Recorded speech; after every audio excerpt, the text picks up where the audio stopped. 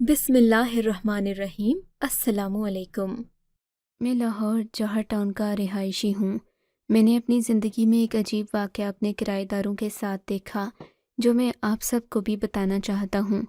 मामूल की एक शाम मेरे घर के दरवाज़े पर दस्तक हुई। मैंने दरवाज़ा खोला तो सामने एक आदमी खड़ा था। हट्टा कट्टा और नौजवान दिखता था, लेकिन उसने अपनी उम्र 50 साल बताई। मैं हैरान हो गया। 50 साल की उम्र में वो खासा फिट नज़र आ रहा था, लेकिन परेशानी से उसके चेहरे पर आसार तब्दील हो चुके थे। मैंने कहा, जी फरमाइए। कहने लगे कि मुझे एक घर किराए पर चाहिए, आपकी नीचे वाली मंजिल किराए के लिए खाली है, इसलिए मैं आया हूँ। अपने घर के हालात ख़राब होने की वजह से मैंने किराए पर अपना घर देने का इश्तिहार दे रखा था। मैंने उसे खुशामदीद कहा और अपने घर के अंदर लेकर आया। कहा कि आप आइए, मैं आपको सारा घर दिखा देता हूँ। वो आदमी बड़ी खुशी खुशी सारा घर देखने लगा, फिर चौंक कर मुझसे पूछने लगा, आपके घर में कोई लड़का तो नहीं है ना? नहीं जी, एक मैं ही अपने घर का मर्द हूँ, बाकी मेरी बीवी और 2 बेटियाँ होती हैं। पर आप ये क्यों पूछ रहे हैं? मैंने उसे मशकूक अंदाज में कहा था, क्योंकि वो मर्द ना हो तो लोग इस बात को भी एक कमज़ोरी बना लेते हैं।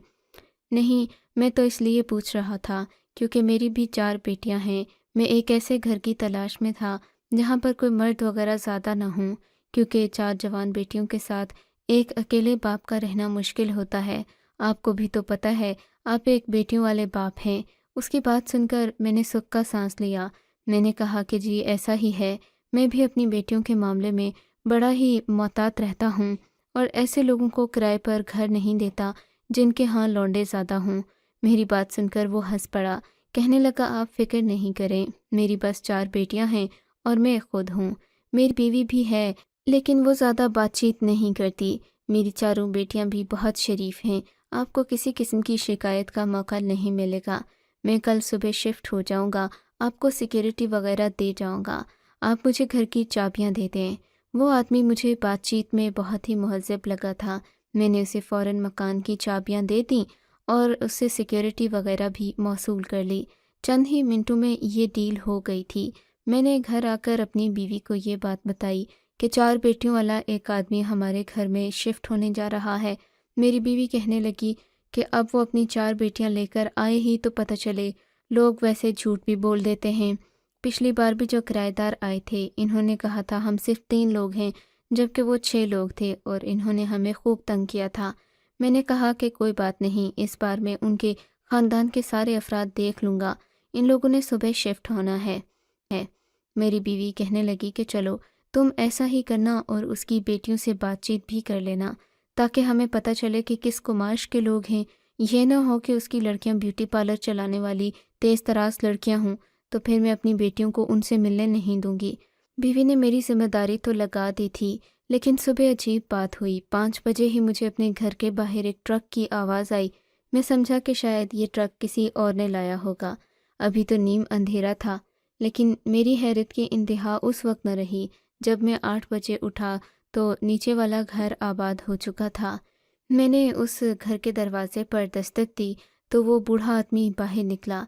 मैंने कहा, आप क्या यहाँ पर किस वक्त आए हैं? कहने लगा, हम सुबह के 5 बजे अंधेरे मुंह यहाँ आए हैं, इसलिए कि मेरे साथ मेरी बेटियां भी थीं। मुझे उस आदमी की इस बात पर बहुत ज़्यादा शक हुआ था। उसकी बेटियां सहन में कहीं भी नज़र नहीं आ रही थीं। मैंने चारों तरफ नज़र दौड़ाई, लेकिन कोई आवाज़ नहीं थी और न ही उसकी बेटियों की मौजूदगी के कोई असरात थे। मैंने सोचा कि शायद ये अपनी बेटियों के बारे में मोहतात होगा या फिर मोहल्ले वालों से डरता होगा, इसीलिए ये ऐसी बातें कर रहा है। मैंने ज़्यादा इसरार नहीं किया। मैं वापस अपने दफ्तर चला गया। वापस आकर मैंने अपनी बीवी से कहा कि इस तरह उस आदमी ने मुझे अपनी बेटियों से तो मिलने नहीं दिया, लेकिन तुम हलवा लेकर नीचे उनके घर जाना, उनको हलवा देना और इस घर में खुशामदीद भी कहना, फिर वो तुमसे बात कर लेंगी।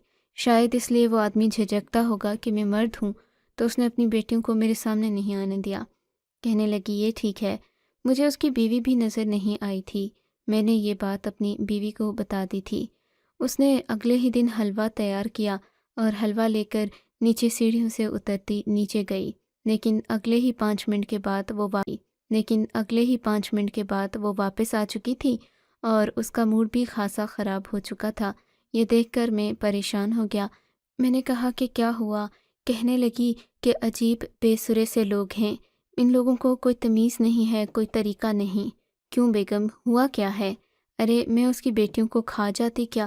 جیسے ہی میں گھر کے اندر داخل ہوئی، گھر میں پہلے سے آتی آوازیں بھی بند ہو گئیں، اور میں نے جب کہا کہ میں حلوہ لے کر آئی ہوں تو بوڑھے آدمی نے مجھے کہا کہ یہاں باہر رکھ دیں، ہم آپ کو یہ پیالہ خالی کر کے واپس دے دیں گے۔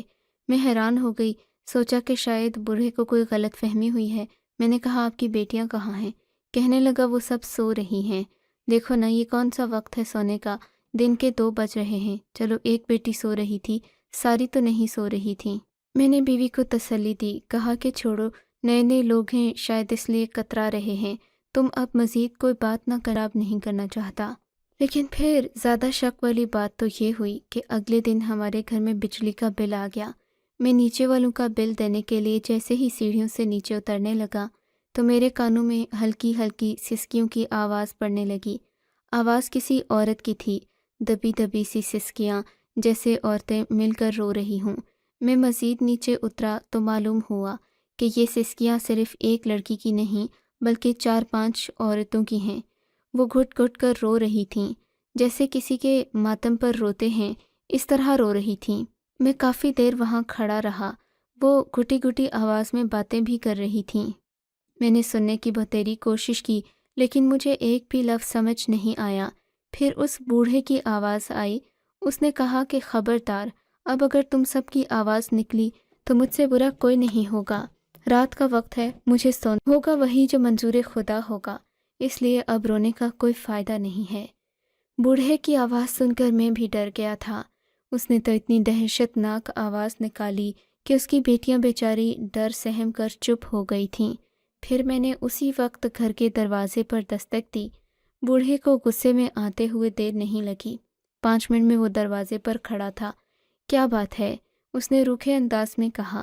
بھائی صاحب، میں یہ بل دینے کے لیے آیا ہوں، بجلی کا بل آ گیا ہے، دے دیجیے گا، اور وہ آپ کا جی جو بھی حساب ہوگا میں کر لوں گا، آپ فکر نہیں کریں، مجھے پیسوں کی کمی نہیں ہے، میں نے تو یہاں پر مجبوری کے تحت پناہ لی ہوئی ہے، ورنہ ہم لوگ ذمہ دار لوگ ہیں، ہمیں آج تک پیسے کی کمی نہیں ہوئی، اس لیے آپ فکر نہ کریں اور یہاں سے چلے جائیں۔ میں اس بوڑھے کی بات سن کر حیران ہو گیا کہ اگر یہ ذمہ دار ہے تو پھر اپنی 4 بیٹیوں کے ساتھ اس گھر میں کیا کر رہا ہے؟ وہ بھی کرائے کا گھر، اور یہاں پر ساتھ اس گھر میں کیا کر رہا ہے؟ وہ بھی کرائے کا گھر، اور یہاں پر کوئی آنا جانا بھی نہیں تھا۔ میری بیوی کو یہ بات میں نے بتائی تو کہنے لگی کہ مجھے تو یہ لوگ کچھ مشکوک ہی لگتے ہیں، بوڑھے نے ابھی تک اپنی 4 بیٹیوں کو کسی کو بھی نہیں دکھایا، ایک تو ہو کہ یہ پردہ کرتے ہیں، بوڑھے کی کوئی داڑھی بھی نہیں ہے، میں کہوں کہ زیادہ ہی اسلامی طرز زندگی پر چل رہے ہیں۔ مجھے تو ایسا لگتا ہے کہ یہ بوڑھا ہم سے کچھ چھپا رہا ہے، کل کو ہم مصیبت میں نہ پڑ جائیں، اسی لیے بہت ضروری ہو گیا ہے کہ ہم بوڑھے کی بیٹیوں سے ملیں ورنہ اسے گھر سے نکال دیں۔ میں نے کہا بیگم خدا کا خوف کرو، اگر اسے گھر سے نکال دیا تو یہ بیچارہ اپنی 4 جوان بیٹیوں کو لے کر کہاں جائے گا؟ ویسے بھی اپنی بیٹیوں کے بارے میں بہت محتاط ہے، اسی لیے تو شاید انہیں ہم سے ملنے نہیں دیتا۔ وہ بات تو ٹھیک ہے میاں جی، لیکن کیا آپ نے آج کل سریعام نام کا شو دیکھا ہے؟ اس میں بھی کتنے جرائم ہوتے ہیں۔ ایسا کرتے ہیں کہ ہم ان کو یہ بات بتا دیتے ہیں۔ خدا کا خوف کرو بیگم، میں نے ہنس کر کہا، ابھی یہ ٹی وی پر آنے والی بات نہیں ہے، ہم اسے خود ہی دیکھ لیں گے، محلے داروں کو بھی کہیں گے، سب لوگ مل کر ان سے بات کریں گے تو یہ ہمارا شک اور غلط فہمی دور کر دیں گے۔ وہ آدمی مجھے بہت ہی شریف معلوم ہوتا ہے، ایسا لگتا نہیں کہ وہ اپنی بیٹیوں کے ساتھ کچھ غلط کرے گا یا پھر ہمیں بیٹیوں کے نام پر دھوکہ دے گا۔ آج تک اس نے ہم سے تو کوئی بات نہیں کی، بس اپنے ہی گھر میں بند رہتا ہے، سو ہمیں اس بات سے مسئلہ نہیں ہونا چاہیے۔ میری بیٹی نے یہ ساری باتیں سن لیں، وہ ہمارے کمرے میں آ گئی اور کہنے لگی، امی ابو آپ لوگ خواہ پریشان ہو رہے ہیں، میں ایسا کروں گی، کل اپنی 2-3 ڈاکٹر سہیلیوں کو لے کر یہاں آ جاؤں گی، کہوں گی کہ ہم کیلشیم کی کمی کے لیے سروے کر رہے ہیں، ہمارا عورتوں سے ملنا ضروری ہے، اس بوڑھے سے بھی کہیں گے کہ اپنی بیٹیوں کو لے کر آؤ، ہمیں ان سے بات کرنی ہے، ساتھ میں ایک وردی میں ملبوس پولیس والی یا پھر کوئی سیکیورٹی اہلکار بھی لے آؤں گی تاکہ اس آدمی کو جرأت نہ ہو کہ یہ ہمیں انکار کرے۔ بیٹی کا آئیڈیا ہمیں بہت ہی اچھا لگا۔ اگلے دن دوپہر کے وقت میری بیٹی डॉक्टर के लिबास में हमारे नीचे वाले घर के सामने खड़ी थी। उसने घर के दरवाजे पर दस्तक दी। दरवाज़ा बूढ़े ने खोला। बूढ़े ने ज़रा से सवाल जवाब किए और फिर कहने लगा कि आप लोग यहाँ से चले जाएं। मैं किसी किस्म के सर्वे के लिए अपनी बेटियों को बाहर आने की इजाज़त नहीं दे सकता। तब मेरी बेटी ने कहा कि बाहर आने की ज़रूरत नहीं है, हम अंदर कमरे में आ जाएंगे और आप लोगों की बेटियों से सवाल जवाब करेंगे। बूढ़ा मजबूर हो गया। वो आना तो नहीं चाहता था, ना ही उनकी बात मानना चाहता था, लेकिन फिर इसरार पर और शदीद इसरार पर उसने घर का दरवाज़ा खोल दिया। मेरी बेटियां वगैरह अंदर चली गईं। आगे का मंज़र मुझे नहीं पता था, इसलिए मैं भी नीचे उतर कर चला गया। बूढ़े आदमी ने मुझे वहाँ से ऊपर जाने का इशारा में नहीं है। शाम को मेरी बेटी आई। मैंने उससे कहा कि तुमने क्या देखा? कहने लगी, अब्बा, हमने तो बड़ी मुश्किल से उसकी एक बेटी से बात की, वो भी बात करने नहीं दे रहा था। हमें एक कमरे में लेकर गया। उसकी बेटी कुर्सी पर बैठी हुई थी। उसने चादर इस तरीके से ओढ़ रखी थी जैसे हमसे कुछ छुपा रही हो। मुझे बड़ा अजीब लगा। उसने हमसे सवालों के जवाब भी नहीं सुने और बस मुख्तसर हाँ ना में बात करती गई। मुझे उसकी बातों की ज़्यादा समझ नहीं आई, लेकिन मुझे भी अब यकीन हो गया है कि इनके घर में कुछ गलत ज़रूर हो रहा है, वरना वो लड़की इतनी डरी सहमी क्यों होती? कोई ना कोई बात ज़रूर है। मैं तो आपसे कहती हूँ कि मज़ीद तफ्तीश करवाएं, और अगर ये लोग अपने बारे में कुछ नहीं बताते अब्बा, तो इन्हें घर से निकाल दें। मेरी बेटी और बीवी दोनों का मशवरा यही था कि इन लोगों को घर से निकाल लेना चाहिए। मैंने भी खामोशी इख्तियार कर ली। मैं इस मामले पर सोचना चाहता था, क्योंकि मेरी बेटी और बीवी बात तो सही कर रही थीं। मैं उनको झुठला भी नहीं सकता था। इन लोगों ने तो किसी से सलाम दुआ भी नहीं की थी, मिलना जुलना तो दूर की बात है।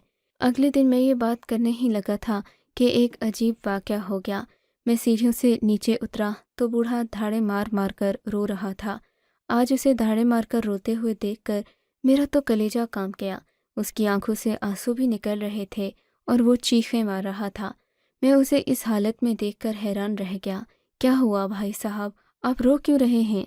कोई मुश्किल पेश आ गई है क्या? मैं आपको क्या बताऊं? बस मैं नहीं बता सकता। बूढ़ा अपना सर पीटने लगा। मैं बहुत गुनहगार हूँ, मैं बहुत खताकार हूँ। पता नहीं मेरा रब मुझे कैसे माफ़ करेगा। भाई साहब, आप मेरे पास मत आए। मैं इतना गुनहगार हूँ कि आप पर भी मेरा असर हो जाएगा। उस आदमी की बात सुनकर मैं वाकई में सोच में पड़ गया कि इसने ऐसा क्या खता की है, क्या गुनाह किया है जो इसे रोने पर मजबूर कर रही है। फिर उसने जो बात कही वो सुनकर मेरा भी कलेजा कांप गया। कहने लगा, भाई साहब, मेरी जवान बेटी मर गई है, मैं उसके लिए कुछ नहीं कर सका। ये सुनकर मैं भी चुप हो गया था। मैं उसे तसल्ली देने लगा। अल्लाह की अमानत थी, अल्लाह ने ले ली भाई साहब। अब गम करने का तो कोई फ़ायदा नहीं है। आप मर्द हैं, बहादुर बने। आपकी बाकी बेटियों और बीवी को आपके सहारे की ज़रूरत है। अगर आप कहते हैं तो मैं कफन दफन का इंतज़ाम करवा देता हूँ। नहीं नहीं भाई साहब, आपका शुक्रिया। अभी मुझे अपने आबाई गांव जाना होगा। अगर आप मेरे साथ वहाँ चल सकते हैं तो ज़्यादा अच्छी बात होगी, लेकिन वहाँ पर आप मुझे अपना किराएदार नहीं बल्कि दोस्त कहेंगे, क्योंकि हमारी बरादरी में किराए के मकानों में रहना अच्छा नहीं समझा जाता। मैं तो यही कहता हूँ कि मैंने अपना घर ले रखा है और मेरा दोस्त ऊपर किराए पर मेरे साथ रहता है, इसीलिए कि मेरी गांव में इज़्ज़त कायम रहे। रहने के काबिल नहीं हूँ। यहाँ तो घर करोड़ों के मिलते हैं और फिर किसी महफूज जगह पर घर लेना काफ़ी मुश्किल है। बूढ़े ने अपने आंसू साफ करते हुए कहा, ठीक है, आप फिक्र नहीं करें, मैं एम्बुलेंस मंगवाता हूँ। बेटी का जनाजा आप गांव लेकर जाएंगे तो ज़्यादा अच्छा होगा कि आप एम्बुलेंस का इस्तेमाल करें, वरना आम गाड़ी में तो आपको पता है कि क्या हालात होते हैं। ठीक है, आप एम्बुलेंस मंगवा दें, मैं आपको पैसे दे देता हूँ। उसने 10,000 रुपये जेब से निकाल कर मेरे हाथ पर रखे। अरे ये क्या, आप मुझे पैसे देकर शर्मिंदा ना करें, बस ये मेरा फ़र्ज़ बनता था, सो मैं पूरा करूँगा। मैंने उसे पैसे वापस करते हुए कहा, नहीं, मेरे पास पैसों की कमी नहीं भाई साहब, आप पैसे ले लें, बस आप एम्बुलेंस मंगवाएं। मैं तब तक अपनी बाकी बच्चियों को भी तैयार करता हूँ। फिर थोड़ी देर के बाद एम्बुलेंस आ गई। मुझे हैरत उस वक्त हुई जब अपनी बेटियों को इतना पर्दा करवाने वाले शख्स ने मुझसे ये कहा कि मेरी बेटी को उठाकर एम्बुलेंस में रख दें, और उसने अपनी किसी बेटी को बाहर नहीं आने दिया। मुझे बड़ी हैरत हो रही थी। फिर उसने मुझे कहा कि तुम एम्बुलेंस में आगे ड्राइवर के साथ बैठ जाओ, हम लोग पीछे बैठेंगे। मैंने बहुत ज़्यादा कोशिश की कि मैं किसी तरह इसकी बाकी बेटियों को देख सकूं, لیکن ایسا نہیں ہوا۔ خیر سب لوگ ایمبولینس میں بیٹھ گئے تھے۔ ایمبولینس گاؤں کی جانب چلنے لگی تھی۔ میرے دل میں ایک امید تھی کہ جب یہ سفر ختم ہوگا، سب لوگ ایمبولینس سے نیچے اتریں گے تو میں اس کی باقی بیٹیوں کو دیکھ سکوں گا، لیکن ایسا ہوا نہیں۔ جب ہم لوگ وہاں پر پہنچے، ہم ایمبولینس سے اترنے لگے تو بوڑھے آدمی کے ساتھ صرف اس کی ایک بیوی اتری۔ اس نے بھی خود کو برقعے میں ڈھانپ رکھا تھا، مگر حیرت مجھے اس وقت ہوئی جب ایمبولینس میں کوئی اور تھا ہی نہیں۔ میں نے اس سے پوچھا کہ آپ کی باقی بیٹیاں کہاں ہیں؟ میری بات سن کر کہنے لگا، میں جوان بچوں کو جنازے پر لے کر کیوں کر آتا، ان کو تو میں گھر چھوڑ آیا ہوں، بس آپ میرے ساتھ چلیں، اب کفن دفن کا انتظام کرنا ہے اور قریبی رشتہ داروں کے کھانے کا انتظام بھی کرنا ہے۔ میں بہت زیادہ دکھی ہو رہا تھا۔ ایک آدمی کی بیٹی فوت ہو گئی، وہ بھی جوان بیٹی، اوپر سے وہ سب کے کھانے کا انتظام بھی کر رہا ہے۔ بات تو بڑی حیران کر دینے والی تھی، لیکن کیا کیا جا سکتا تھا؟ میں بس دکھ میں اس کے ساتھ شریک تھا۔ تھوڑی دیر کے بعد چاولوں کی دیگ بھی چڑھ گئی اور ان کی بیٹی کا نماز جنازہ بھی ادا ہو گیا۔ جنازہ لے کر قبرستان کی طرف چلتے ہوئے میری نظر اس شخص کے چہرے پر پڑی تو میں حیران ہو گیا۔ وہ بالکل بھی مطمئن تھا، اس کے چہرے پر رونے کے کوئی آثار نہیں تھے۔ مضبوط چہرے کے تاثرات کے ساتھ وہ قبرستان گیا، اس نے اپنی بیٹی کو دفنایا، وہاں پر دعا ہوئی اور پھر ہم واپس اس کے گھر کی طرف چل پڑے۔ راستے میں آگے پیچھے ہو گیا۔ میں نے ایک آدمی جس کا نام نصیر تھا کہ اور کتنی بیٹیاں ہیں؟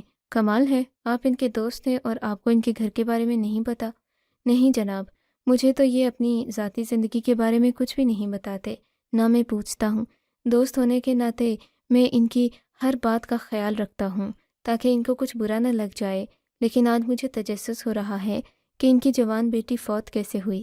میری بات سن کر نصیر نے مجھے عجیب نظروں سے دیکھا اور بولا، اس نے تو مرنا ہی تھا، اس کے تو نصیب میں یہی تھا، لیکن میں آپ کو تفصیلات نہیں بتا سکتا کیونکہ پھر آپ ان سے کہہ دیں گے، اور میں یہ ہرگز برداشت نہیں کروں گا کہ میرا نام لے کر آپ انہیں میرے خلاف بدگمان کریں۔ اس آدمی کی بات سن کر میں حیران ہو گیا۔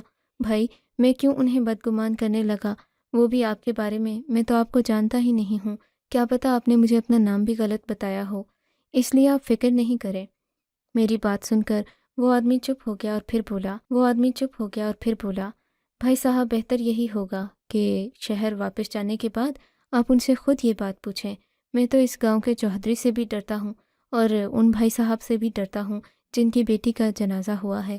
اللہ سب کی بیٹیوں کو اپنی پناہ میں رکھے۔ اتنا کہہ کر وہ وہاں سے چلا گیا۔ مجھے بہت بے چینی ہو رہی تھی۔ میں نے سوچا کہ اب اگر میں ان بھائی صاحب سے بار بار یہ بات تفتیش کے انداز میں پوچھوں گا تو وہ ناراض ہو جائیں گے، اس لیے وہاں جا کر آرام سے بات کروں گا۔ شہر پہنچتے ہی میں نے تمہید باندھنا شروع کر دی۔ میں نے کہا، بھائی صاحب، مجھے تو آپ پر کسی قسم کا کوئی شک یا غلط فہمی نہیں ہے، لیکن آپ کو پتہ ہے کہ میں ایک محلے میں رہتا ہوں اور مجھے ان کو بھی جواب دینا پڑتا ہے۔ دراصل معاملہ کچھ یوں ہے کہ جب سے آپ آئے ہیں مجھے محلے دار یہی کہتے ہیں کہ آپ کسی سے ملتے جلتے نہیں ہیں۔ آپ کے گھر سے اکثر لڑکیوں کے رونے اور بھی آتی رہتی ہیں، لیکن ہم نے جب بھی آپ کے گھر آنا چاہا آپ نے ہمیشہ منع کر دیا۔ آپ نے کبھی بھی اپنی بیٹیوں سے ملنے کی اجازت بھی نہیں دی۔ مجھے اچھی طرح معلوم ہے کہ آپ کے دل میں ابھی بیٹی کا غم ہے، لیکن یہ بھی سچ ہے کہ محلے داروں کو اب آپ کی بیٹی کی موت پر بھی بہت سارے تحفظات ہیں۔ لوگ کہتے ہیں کہ پتہ نہیں وہ بیچاری آپ کے تشدد سے مری یا کوئی اور معاملہ ہوا ہے۔ آج تک کسی نے آپ کی بیٹیوں کو دیکھا نہیں۔ بھائی صاحب، خدا کے لیے مجھے سچ بتا دیں، مجھے شرمندہ نہ کریں کہ میں روز روز آپ کو شک کی نظر سے دیکھوں۔ میری بات سن کر وہ بوڑھا آدمی رونے لگا۔ خدا کے لیے روئے مت، میں خود بھی بیٹیوں کا باپ ہوں، میں آپ پر خدا نہ خواستہ کوئی الزام نہیں لگا رہا، میں صرف اتنا جاننا چاہتا ہوں کہ آپ کی بیٹیاں ہیں کہاں پر اور ان کے ساتھ کیا مسئلہ ہے کہ آپ ان کو باہر بھی نہیں لاتے۔ آپ کہیں گے تو ہم ان کا رشتہ کروائیں گے، ان کے ساتھ کھڑے ہو کے رخصت کریں گے، لیکن اس طرح تو آپ اپنی بیٹیوں کی مزید پریشانی کا باعث بنیں گے۔ میری بات سن کر بوڑھے نے آنسو بہاتے ہوئے کہا، بھائی صاحب، میری بیٹیاں شادی کے قابل نہیں ہیں۔ رہی بات کہ آپ کو میری بیٹیوں پر شک ہے تو آج چل کر انہیں اپنی آنکھوں سے دیکھ لیجئے، آپ کو یقین آ جائے گا۔ میں بوڑھے کی بات کو انکار نہیں کر سکتا تھا کیونکہ یہ اس کا ایک جذباتی حملہ بھی ہو سکتا تھا۔ میں نے کہا، ضرور میں آپ کے گھر چلوں گا کیونکہ میں آپ کے بارے میں بہت فکر مند ہوتا ہوں۔ बूढ़े ने वाकई में सच कहा था। वो मुझे अपने घर लेकर गया। जैसे ही उसने घर का दरवाज़ा खोला, मैं ये देखकर हैरान हो गया था। उसकी तीनों बेटियां एक ही कमरे में बैठी थीं, लेकिन उनकी हालत देखकर मुझे रोना आ गया। मैं समझ गया कि ये शादी के काबिल वाकई में नहीं हैं। फिर उसने आंसुओं के साथ मुझे जो बात बताई, मैंने तो सोचा भी नहीं था, कभी अंदाज़ा भी नहीं लगाया था कि आज भी ऐसे संगदिल लोग इस दुनिया में पाए जाते हैं। कहने लगा कि मेरे 4 बेटे और 4 बेटियां थीं। मैं एक ज़िम्मेदार ख़ानदान से ताल्लुक़ रखता हूँ। जब मेरी बेटियों की शादी की उम्र आई तो मेरे बेटों ने एक अजीब काम किया। मेरे बेटों ने मेरे ही असलहे से मेरी बेटियों को माजूर कर दिया, यहाँ तक कि वो बेचारी बिस्तर पर आ गईं। अब उनकी शादियाँ भी नहीं हो सकतीं और ना ही वो जायदाद बाहे लेकर जाएंगी। हमारे ख़ानदान में मेरी बेटियों के जोड़ का कोई लड़का नहीं था। मेरे अपने बेटों ने जायदाद की लालच में देखो क्या से क्या कर दिया। बूढ़ा आदमी ये कहकर मज़ीद रोने लगा। ये देखकर मेरा दिल कांपने लगा। मैं सोच भी नहीं सकता था कि इतनी भयानक सच्चाई इस मासूम से चेहरे के पीछे छुपी होगी। ये आदमी तो अपनी बेटियों की जान बचाने के लिए यहाँ आ बसा था। इसने अपनी बेटियों की जान बचाने की क्योंकि जायदाद तो इसके हाथ से निकल चुकी थी। अब बेचारा बस पछता रहा था इस बात पर कि काश मैं अपनी जायदाद इकट्ठी करने की बजाय बेटों को आला तालीम दे देता तो आज वो अपनी ही बहनों के दुश्मन न होते। सही बात तो ये है कि तालीम जायदाद से कहीं ज़्यादा ज़रूरी है। आपको अगर ये कहानी अच्छी लगी है तो इस वीडियो को लाइक कीजिए और इस तरह की मज़ीद कहानियाँ सुनने के लिए हमारे चैनल को ज़रूर सब्सक्राइब कीजिए। कहानी सुनने का शुक्रिया। आपसे मुलाकात होगी अगली वीडियो में। तब तक के लिए अल्लाह हाफ़िज़।